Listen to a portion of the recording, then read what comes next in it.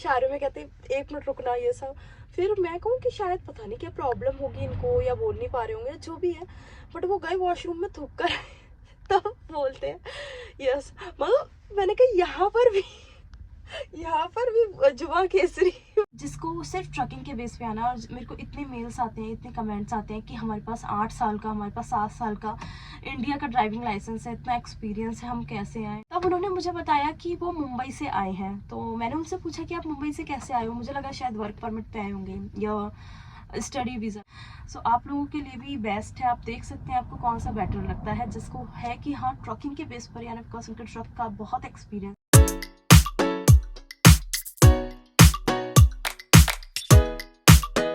Everyone, welcome to my new blog. मैं अपनी car में बैठी हूँ काम पर जाने के लिए, और आज बहुत ही करेक्ट टाइम पर तैयार हो चुकी हूँ। कोई देर नहीं है, कुछ भी नहीं है, बस अब निकलने लगी हूँ। ट्रैफिक ना मिले तो सब कुछ ठीक है, सही टाइम पर पहुँच जाऊँगी। एंड बाहर का वेदर ना ठंडा सा हो गया, बिकॉज जब मैं बाहर निकली इतनी हवा चल रही थी ठंडी सी। सो वेदर बहुत अच्छा है बाहर का। एंड अभी निकलती हूँ काम के लिए। अभी फिलहाल बैठी हुई हूँ अपने ट्रक के अंदर। पंच इन करे आई थी, 1 घंटा हो चुका है, 1-1.5 घंटा पंच इन करे हुए, अभी तक काम तो कुछ मिला नहीं। सो आराम से बैठी हूँ, और मेरे सामने यहाँ पर कोई भी ट्रक खड़ा नहीं है। आई थिंक आज सारे लोग जल्दी काम पे चले गए हैं या क्या है। कोई खास ट्रक इस साइड में नहीं खड़े, उस साइड में तो काफ़ी ट्रक खड़े हैं, बट इस साइड में कोई ट्रक नहीं खड़ा। मैं आप लोगों को दिखाती हूँ कितने कम ट्रक हैं आज। ये जो सामने वाली साइड है ना, यहाँ पे तो बहुत सारे ट्रक खड़े हैं। ये काफ़ी खड़े ही रहते हैं, आई डोंट नो वाई। मतलब इनका काम मे बी ये वाला ट्रक जाता है, इनका काम शायद इवनिंग में होता है, बट ये सारे ट्रक ना एज इट इज़ खड़े ही रहते हैं। इस साइड पर भी सारे खड़े रहते हैं, बट आज नहीं है, तो इट मीन्स ये लोग सारे काम पर गए हुए हैं। एंड उस साइड पे तो ऐसे लाइन लगी ही रहती है मोस्टली। ये सारे ट्रक अभी खड़े ही हैं, इनके लिए अभी कोई आई थिंक ये सारे ऑनर ऑपरेटर होंगे या फिर जो भी है, इनका अभी कोई काम होगा नहीं। और वो वाले तो मुझे पता है, जो येलो वाले ट्रक हैं वो खड़े हैं बिकॉज उनका काम है नहीं, उतने ड्राइवर्स की भी ज़रूरत नहीं है इसलिए। बट पहले विंटर में ये ट्रक भी चलते थे इनके सारे ना, इस वाली कंपनी के, ये येलो वाली जो कंपनी है इनके ट्रक चलते थे, बट अभी नहीं चल रहे। मुझे ना ये छोटा वाला ट्रेलर को हुक करना है, बट ये जो कार है ना ये डिस्पैचर की कार है, तो वो भी आके पहले अपनी कार हटाएगा यहाँ से, एंड उसके बाद मैं ये वाला ट्रेलर हुक करूँगी छोटा। मुझे नहीं पता आज मैं छोटा ट्रेलर क्यों दे रहे हैं, बट जो डिलीवरियाँ हमेशा मैं करने जाती हूँ बड़े ट्रेलर के साथ जाती हूँ, बट आज ये छोटा दे रहे हैं तो चलो इट्स ओके। अभी वो अपनी कार हटाएगा तब मैं इस ट्रेलर को लेके फिर निकलूँगी। उसे कहीं और पार्किंग शायद मिली नहीं होगी, इसलिए इसी ट्रेलर के आगे पार्किंग कर दी। किसी ने ये वाला ट्रेलर, जो छोटा ट्रेलर है, ये इतना बुरी तरीके से इसे पार्क किया है, मतलब बैकअप किया है कि दोनों ट्रेलरों में बिल्कुल भी जगह नहीं। मतलब मैं पूरा ये गेट भी नहीं खोल पा रही ना, इतना गंदी तरीके से किसी ने ये बैकअप किया है। ये वाले ने कैसे बैकअप किया है कि जरा सी भी जगह इनने भी नहीं छोड़ी। पहले तो बहुत संभल के उतरना पड़ेगा। ओके, ये रहे ग्लव्स। पता नहीं कैसे मैं इधर की साइड अंदर तक कैसे जाऊंगी। बहुत बुरी बैकअप करी है दोनों ही साइड से। ये देखो, ये खासकर जिनने ये बैकअप करा है ना छोटा वाला, बहुत ख़राब बैकअप किया है। इधर से तो फिर भी ठीक है, इधर से इतनी सी भी जगह नहीं है। अभी इसके लेग्स को ऊपर करते हैं, इसको हुक करती हूँ पहले मैं। पहले ना ये यार्ड बहुत अच्छा होता था बिकॉज इसमें कोई भी ऐसे ट्रेलर खड़े नहीं होते थे उस साइड में, सो बैकअप लगाना बहुत आसान था। ये मेन गेट है, यहाँ से ऐसे आओ, ऐसे लेके फिर इधर लगा लो। बट अभी प्रॉब्लम ये है कि बैकअप लगाना मुश्किल है बिकॉज यहाँ पर भी ट्रेलर खड़ा है, वहाँ पे भी है। तो जब ऐसे करके ऐसे लेके जाओगे तो पीछे लेके आने में दिक्कत आ जाती है। अभी इन्होंने पूरा यार्ड ना भर दिया है ट्रेलर से, इधर भी सारे ट्रेलर है, उधर भी। विंटर्स में यहाँ पे कोई ट्रेलर नहीं होते थे, तो बहुत आसान होता था यहाँ पे बैकअप करना। ना मैं एक कंपनी में अंदर गई, वहाँ पे सारे मोस्टली अपने इंडियंस ही थे। सो जो मतलब मेन थे, अंकल थे जिनको मैंने बुलाया था, तो वो ना ऐसे थे, मतलब उनके मुंह में ना कुछ था, तो कुछ बोल नहीं रहे थे, ठीक है। मेरे को इशारे में कहते 1 मिनट रुकना ये सब। फिर मैं कहूँ कि शायद पता नहीं क्या प्रॉब्लम होगी इनको या बोल नहीं पा रहे होंगे जो भी है, बट वो गए वॉशरूम में थूक कर तब बोलते हैं यस। मतलब मैंने कहा यहाँ पर भी जुआ केसरी बोलो, जुआ केसरी। हेलो, कनाडा में भी पूरे बिमल पान मसाला सारे गुटके चल रहे हैं। मुझे नहीं पता उनके पास कौन सा गुटखा खा रहे थे वो, लेकिन था तो यही ना, बोलो जुआ केसरी, कुछ बोल ही नहीं पा रहे थे। मुझे ना YouTube पर मोस्टली हर किसी का सेकंड कमेंट यही होता है कि हमें कनाडा आना है as a truck driver, please बताइए हम कैसे आ सकते हैं कनाडा, हमें भी ट्रकिंग करनी है, हमें भी ये जॉब करनी है। जो भी अपनी अपनी कंट्रीज़ में है, जैसे इंडिया में, पाकिस्तान में, बांग्लादेश में, श्रीलंका में, हर कोई यही मेरे को लगता है कि मैं इस कंट्री से हूँ और प्लीज़ बताइए कि हम कैसे आ सकते हैं Canada as a truck driver. So मैंने इस पर ना ऑलरेडी बहुत सारी वीडियोस पे एक्सप्लेनेशन इसका दे रखा है, इसके लिए बता रखा है काफ़ी कुछ कि कितने वीज़ा किस किस टाइप के होते हैं या जो भी है। बट मैं सोच रही थी कि आज एक ऐसी वीडियो बनाऊं जिसमें एक्चुअली उसका टाइटल ही इस चीज़ से रिलेटेड हो, सो आप लोगों को ज़्यादा प्रॉब्लम ना हो सर्च करने में कि एग्जैक्टली किस वीडियो के अंदर एक्सप्लेनेशन दे रखी है कि कनाडा कैसे आ सकते हैं एज अ ट्रक ड्राइवर। सो मैं आज आप लोगों को उस बारे में पूरी डिटेल्स दूंगी कि कैसे आ सकते हो, और इसमें टाइटल के साथ ही दूंगी सो दैट कि आप लोगों को सर्च करने में ज़्यादा प्रॉब्लम ना हो। वेल, कनाडा आने के तो बहुत सारे प्रोसेस हैं, बहुत सारे वीज़ा प्रोसेस है, डिफरेंट डिफरेंट टाइप के वीज़ास होते हैं जिनके ऊपर आई थिंक मैंने एक वीडियो ऑलरेडी बना रखी है, easy way to come Canada. आप लोग वो भी जाके चेक कर सकते हो, उसमें भी आपको पता चल सकता है कितने अलग अलग तरीके से आप कनाडा आ सकते हो। जिसको ट्रकिंग के बेस पे नहीं आना उनके लिए इजी है वो चीज़ें देखना कि कैसे आप आ सकते हैं कनाडा। बट अब जिसको सिर्फ ट्रकिंग के बेस पे आना, और मेरे को इतने मेल्स आते हैं, इतने कमेंट्स आते हैं कि हमारे पास 8 साल का, हमारे पास 7 साल का इंडिया का ड्राइविंग लाइसेंस है, इतना एक्सपीरियंस है, हम कैसे आए, हम क्या करें, हमें भी आना है कनाडा, हमें भी ट्रक चलाना है। सो आज मैं आपको पूरा डिटेल में बताने लगी हूँ कि कैसे आप आ सकते हो और कैसे आप अपना यहाँ पर काम कर सकते हो ट्रकिंग का। सो इस वीडियो को पूरा लास्ट तक देखना, और अगर आपको अच्छी लगे तो प्लीज़ सब्सक्राइब करके ज़रूर जाना, लाइक करना और जितना हो सके उसको शेयर करना। सो मैं आपको भी पूरा डिटेल में बताने लगी हूँ। वेल, अगर सिर्फ आपको ट्रकिंग के बेस पे आना है तो LMIA इसका ऑप्शन होता है, लेबर मार्केट इम्पैक्ट असेसमेंट। इसकी सारी डिटेल मैं आपको अपनी स्क्रीन पे शेयर करूँगी कि एग्जैक्टली ये होता क्या है। सबसे बेस्ट वे सिर्फ ट्रकिंग के बेस पे कनाडा आना एज अ ट्रक ड्राइवर के लिए वो है LMIA, labour market impact assessment. So LMIA क्या है मैं आपको बताती हूँ। एक तरह का टेम्परेरी वर्क परमिट होता है जो आपको, अगर ट्रकिंग के बेस पे आप ट्रकिंग की LMIA ले रहे हो तो आपको ट्रकिंग की कंपनी में जॉब मिलेगी, उसमें काम करना होगा आपको। बट इसके लिए आपको एक एजेंट की ज़रूरत होगी जो कि बहुत अच्छा एजेंट हो, अच्छे से जानता हो, जिनके अच्छे अच्छे टाइप होते हैं। इन एजेंट्स के ना टाइप होते हैं कंपनियों के साथ। सो मैंने ना इस चीज़ के लिए पूरी रिसर्च करी है एक तरह की। मैंने काफ़ी एजेंट से बात करी, मैंने अपने जो यहाँ पे कनाडा में मैं जिनको जानती हूँ जो एजेंट है, मैंने 2 एजेंटों से इस बारे में बात करी कि एग्जैक्टली LMIA का क्या प्रोसेस है, कैसे होता है, क्या है।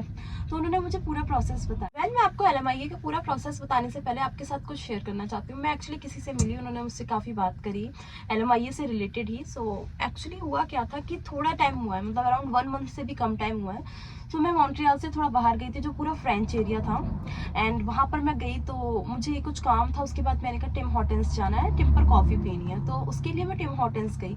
सो मैं टिम हॉर्टन्स में ना अपना ऑर्डर जैसे प्लेस करते हैं ड्राइव थ्रू के उससे गई थी, ड्राइव थ्रू से। सो वहाँ पर मैं अपना ऑर्डर प्लेस कर रही थी।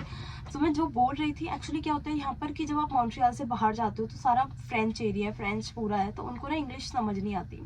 सो मैं जो उसको ऑर्डर दे रही थी वो उसको समझ नहीं आ रहा था, बट उसके पीछे कोई शायद इंडियन लड़का खड़ा था एंड वो समझ गए थे। सो उसने पीछे से आवाज़ आई थी कि या ओके, मतलब वो समझ गए। सो मैं जब पहुंची विंडो पे और मैंने ऑर्डर लेने लगी तो मैंने उनको देखा, उन्होंने मुझको देखा। मैंने कहा आप इस एरिया में कैसे, मतलब लाइक ये तो पूरा फ्रेंच एरिया है, यहाँ तो एक भी इंडियंस नहीं दिखते।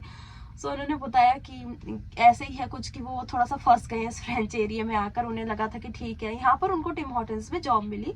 सो बेसिकली वो इसलिए उस एरिया में जाके मतलब रह रहे हैं। काफ़ी फ्रेंच एरिया, उन किसी को कुछ समझ नहीं आता, बहुत मुश्किलें आती हैं उनको, बट ठीक है। उन्होंने कहा कि ओके, मैं सिर्फ अपना 1 साल का एक्सपीरियंस यहाँ से लेकर फिर चला जाऊँगा टोरंटो, आई थिंक उन्होंने बोला था। तब उन्होंने मुझे बताया कि वो मुंबई से आए हैं। तो मैंने उनसे पूछा कि आप मुंबई से कैसे आए हो, मुझे लगा शायद वर्क परमिट पे आए होंगे या स्टडी वीज़ा पे। वो कहते मैं LMIA लेकर आया हूँ। मैंने कहा मतलब कैसे LMIA? मैंने उनसे फिर सारा पूछा। उन्होंने कहा कि उनको आई थिंक 5 या 7 साल का एक्सपीरियंस बताया था उन्होंने, कि उनको बहुत 5 स्टार होटल, 7 स्टार होटल्स में एज अ शेफ़ उनका एक्सपीरियंस था। वहाँ पे वो शेफ़ थे उन बड़े होटल्स में। सो उनके पास अच्छा एक्सपीरियंस था, बट उनने LMIA लगाई। LMIA उनको 15,000 में मिली। मैंने उनसे पूछा आपको कितने की पड़ी LMIA? तो बोले इंडिया से ही, मुंबई के थे वो, एजेंट से बात करके LMIA उनको मिली $15,000 की, $15,000। अब आप लोग इसको काउंट कर सकते हो, $15,000 आपके इंडियन करेंसी, मतलब लाइक $1 इंडियन करेंसी में अभी 60 रुपये का चल रहा है, 60 या 61 का। सो उसका इंटू करके आप देख सकते हो कि कितने का मतलब पड़ सकता है उनको। सो 15,000 की उनको LMIA पड़ी। सो 15,000 मतलब कि हमारे इंडियन करेंसी में 9 लाख रुपए हो गए। 9 लाख की उनको LMIA पड़ी, जिसमें उनको टेम्परेरी वर्क परमिट प्रोवाइड हुआ, जिसके बेस पर वो टिम हॉर्टन में काम कर रहे थे। और उन्होंने मुझे बताया कि वो लगभग अराउंड 1 ईयर करेंगे, बिकॉज उनका एक्सपीरियंस काउंट हो जाएगा, पूरा हो जाएगा, उसके बाद वो PR अप्लाई कर देंगे। सो ये उनका था कि LMIA जो थी वो $15,000 की उनको पड़ी। LMIA इतनी ज़्यादा नहीं है, बट वो LMIA है एक नॉर्मल LMIA, जो नॉर्मल LMIA पर भी आप लोग आ सकते हैं। मतलब मेरा कहने का, आपको ये वाली बताने का एक तरीका यही था कि नॉर्मल LMIA 15,000 के आसपास पड़ जाती है। कोई अच्छा एजेंट ढूंढे और उसके बेस पर भी आप यहाँ पर आ सकते हो टेम्परेरी वर्क परमिट पे, और उसके बाद आप अपना आगे वर्क परमिट को भी एक्सटेंड करवा सकते हो या PR के लिए अप्लाई भी कर सकते हो। वेल, अब मैं आती हूँ LMIA जो ट्रकिंग के बेस पर है। वेल, ट्रकिंग के बेस वाली मैंने इसलिए थोड़ा बाद में बताने का सोचा, बिकॉज ट्रकिंग वाली होती है महंगी LMIA, काफ़ी एक्सपेंसिव होती है, लेकिन जो नॉर्मल LMIA होती है वो काफ़ी ओके होती है और सस्ती होती है। मतलब आपको जैसे 15,000 की LMIA वो लेकर आए, और 15,000 की LMIA जस्ट मतलब 9 लाख रुपए का वो अपना लगा कर आए, और उनको यहाँ पर टिम हॉर्टन्स में काम भी मिल गया और वो काम कर भी रहे हैं। सो अगर आप ट्रकिंग की LMIA लेकर आते हो, जो ट्रकिंग की LMIA पड़ती है अराउंड 30,000 की। ये मैंने एक एजेंट से नहीं बल्कि 2 एजेंट से यहाँ पर अपने जो जिनको दोनों को मैं जानती हूँ उनसे पूछा, एंड मैंने इंडिया में भी मतलब पूछा था एक से। सो सेम ही, बल्कि इंडिया में तो अमाउंट कुछ मतलब अराउंड 30,000 या 35,000 बता रहे थे, बट कोई अच्छे एजेंट ढूंढे और थोड़ा सा उसके साथ बात करें तो मे बी वो 30,000 पर ओके हो सकते हैं। सो $30,000 जो कैनेडियन डॉलर है वो उसकी LMIA पड़ेगी आपको ट्रकिंग की। अगर जिसको ट्रकिंग के सिर्फ ट्रकिंग के बेस पर आना है वो LMIA महंगी होती है। ट्रकिंग की LMIA $30,000 की पड़ती है। तो ये तो काफ़ी महंगी, ऑब्वियसली काफ़ी महंगी LMIA पड़ जाएगी, 18-19 लाख अराउंड लग जाएंगे। सो ये थोड़ा सा महंगा पड़ जाता है। ये वाली बात तो अगर मैंने जिनको भी बताई है पर्सनली भी, तो वो कहते हैं कि ये तो बहुत महंगा है, इतने में तो मतलब हम कैसे आए। बट आप लोगों को एक बात की ये भी श्योरिटी होनी चाहिए कि अगर आप LMIA ट्रकिंग के बेस पर लेकर आ रहे हो तो आपका पैसा भी यहाँ पर रिकवर होगा। ऐसा नहीं कि आपको काम मतलब आप $30,000 लगा के आए हो तो आपको यहाँ पर, बल्कि आप वो बहुत जल्दी पूरे कर लोगे। हद से हद आपको 5-6 महीने भी लगेंगे तो आप पूरे कर सकते हो $30,000। बस उसके बाद तो आपको अपनी कंटिन्यू उतनी अमाउंट मिलती रहेगी एज अ ट्रकर। और ट्रकिंग पर आप आ रहे हो तो आपको एक टेम्परेरी वर्क परमिट भी मिल गया और आप उस पर काम भी कर रहे हैं, एंड आगे उस और इवन आगे आप उसके बेस पर भी PR ले सकते हो, या फिर आपका एक्सपीरियंस काउंट हो जाए या जो भी, आप उसके बाद PR अप्लाई भी कर सकते हो। तो ट्रकिंग की LMIA का ये है, $30,000 की LMIA एक्चुअली पड़ रही है।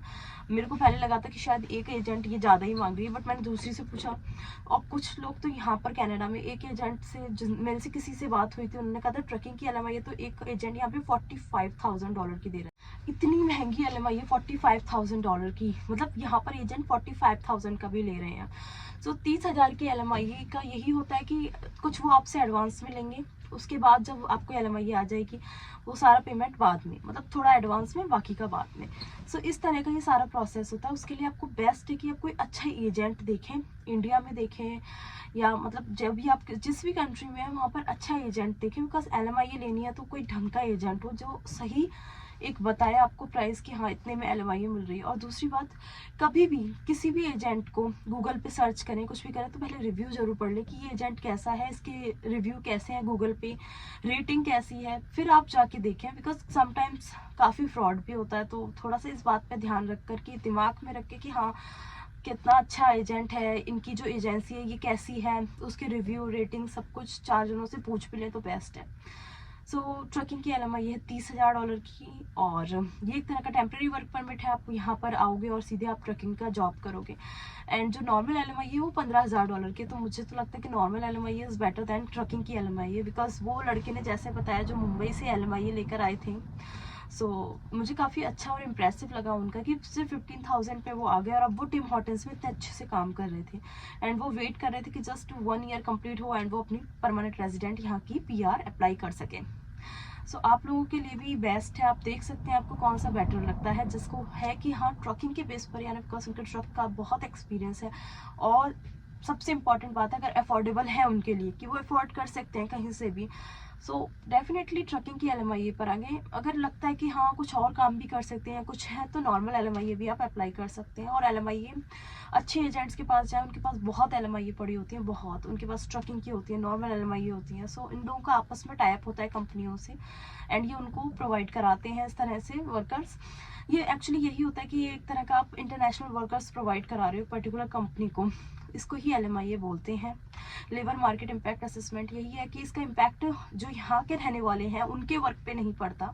इसकी मैं आपको पूरी डिटेल्स भी स्क्रीन पे शेयर करूँगी, एग्जैक्टली इसकी पूरी फुल फॉर्म क्या है और एग्जैक्टली क्या है। तो ये एक टेम्प्रेरी वर्क परमिट ही होता है यहाँ पर। उसके बाद आप अपने एक्सटेंड करवा सकते हो वर्क परमिट, या फिर आप आगे जाके PR के लिए भी अप्लाई कर सकते हो। सो इतना बड़ा टफ नहीं है, आप लोग अपना सोच लें ढंग से। एंड एक्चुअली इस बात का जवाब मुझे देना ही था, बिकॉज मुझे बहुत सारे कमेंट्स थे और काफ़ी मेल्स थे कि हम एग्जैक्टली करें क्या, हमें एज अ ट्रकर आना है, हम क्या कर सकते हैं ट्रकिंग के लिए आने के लिए। सो ये आप लोगों के लिए आई थिंक बेस्ट रिस्पॉन्स है मेरा। ये वीडियो में भी आपके लिए बहुत हेल्पफुल होगी अब। और कुछ लोग बोलते हैं कि इंग्लिश आना ज़रूरी है LMI मतलब कनाडा एज अ ट्रकर आने के लिए, तो यस आई थिंक इंग्लिश आना तो डेफिनेटली ज़रूरी है, बिकॉज आपको नॉर्मल कॉन्वर्सेशन में भी इंग्लिश थोड़ी बहुत चाहिए। ये नहीं कि आप हाई प्रोफाइल इंग्लिश बोलें या जिसमें प्रोफिशिएंसी हो, high proficiency no, it's just कि आप अपनी प्रॉपर क्लासेस लें, एटलीस्ट उतनी तो आप इंग्लिश जानते हो जिसमें आप अपनी कॉन्वर्सेशन कर सको, यहाँ पे कम्युनिकेट कर सको लोगों के साथ। तो डेफिनेटली थोड़ी बहुत इंग्लिश आना is very important. I hope मैंने ये वाले पॉइंट को अच्छे से आप लोगों को समझा दिया हो। एंड अब आप लोगों के ऊपर है कि आपको क्या करके यहाँ पर आना है, आपको ट्रकिंग की LMIA लेके आना है या नॉर्मल LMIA लेकर आना है, ये डिपेंड आप पर करता है।